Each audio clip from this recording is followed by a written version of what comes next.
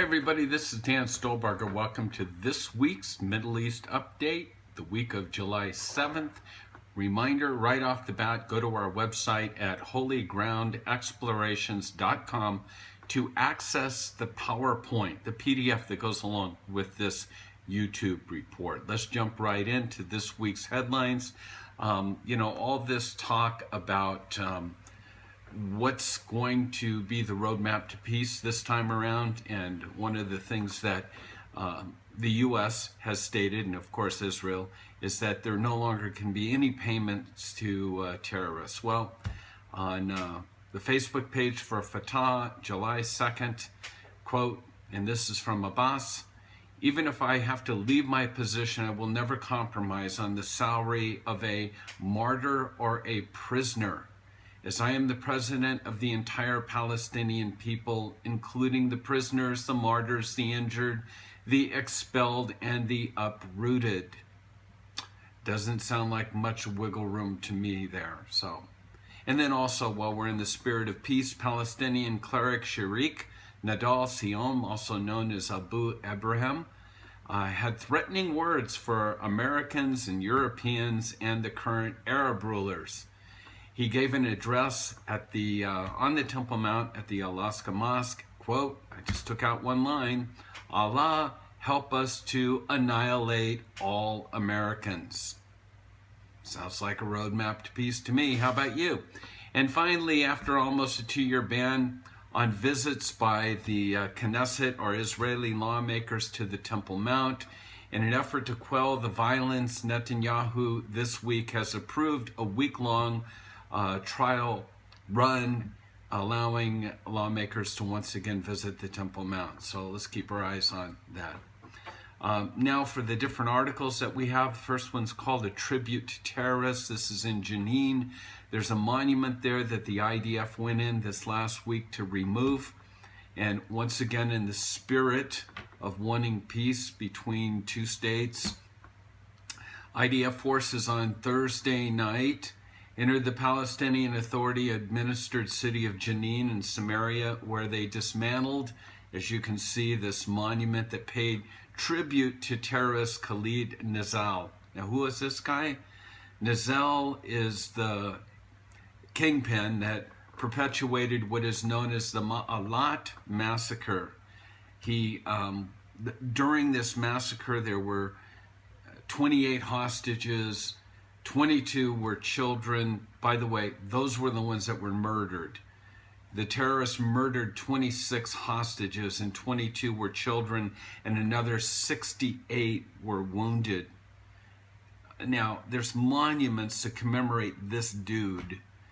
And let me remind you of the words of Abbas. Palestinian President Abbas tells the world that he educates Palestinian children for peace.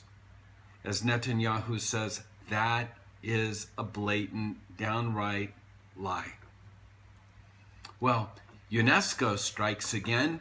From Danny Danan, nothing is more disgraceful than UNESCO declaring the world's only Jewish state the, quote, occupier of the Western Wall in Jerusalem's Old City. Unbelievable, but yet very believable. Danan goes on to say, no politicized decision of UNESCO will ever move one brick from a wall in Jerusalem, nor will it succeed in separating between Jerusalem and the Jewish nation, nor will it succeed to rewrite our history. Counting 18 times in this last week, there was a spillover on the Golan Heights border. Remember, the generals have gone out to say, well, actually one of the leaders, the defense minister, Avigdor Lieberman, has said Israel has no desire to enter the fray that's going on in Syria, to launch any kind of military action. But when there are stray mortars, rocket shells, whatever the case may be, even if there is no intention, if it's not intentional shooting, if there is a spillover, we will respond, and we will continue to respond increasingly and it'll be harsher each time there's an incident that takes place. We're just not willing to accept it.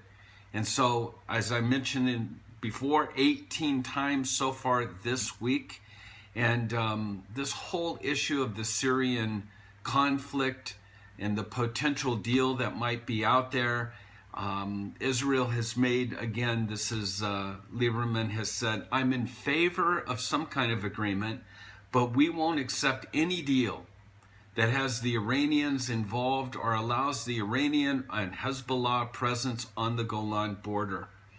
He added that Israel will have the right, no matter what decisions made, to operate freely.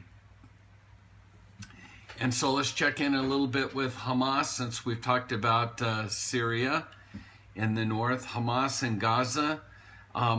Gaza's popularity among the Palestinian people is in a steady decline. 3 years ago that Operation Protective Edge took place. It was a similar situation, and it just seems like one of the ways to rally the troops is to do what? Attack Israel.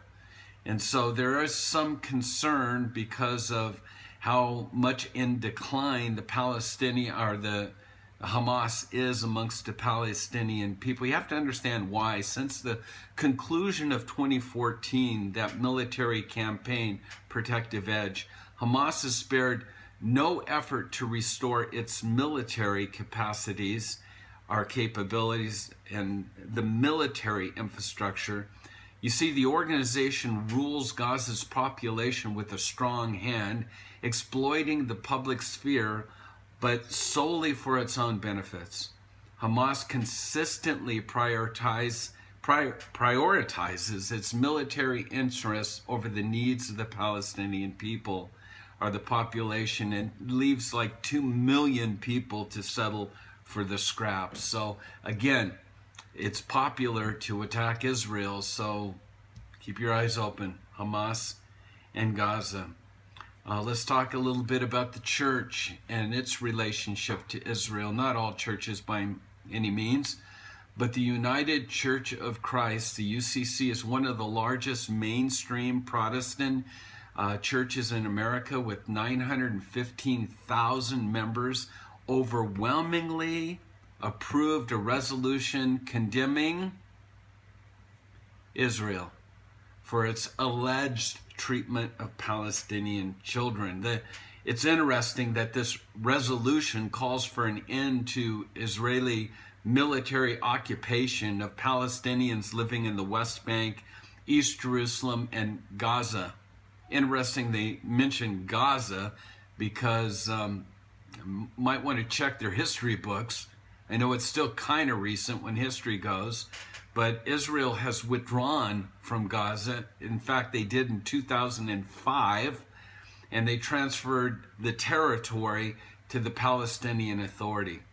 And so since Hamas is ruling over Gaza, they might want to check their facts once again. It's sad whenever I see these sort of reports, because I do believe that God has a purpose for the church. Obviously, we know in the end of days that there's going to be some type of revival, renewal, restoration, or whatever. Israel will come back. And I think it is the church's, one of the church's jobs to assist Israel in returning to the Lord. Once again, Paul tells us in Romans that we're to live a life in such a way to make the Jews jealous. Unfortunately, when we read reports such as this, it seems like we've just taken the opposite approach. Nice read. Take a look at this.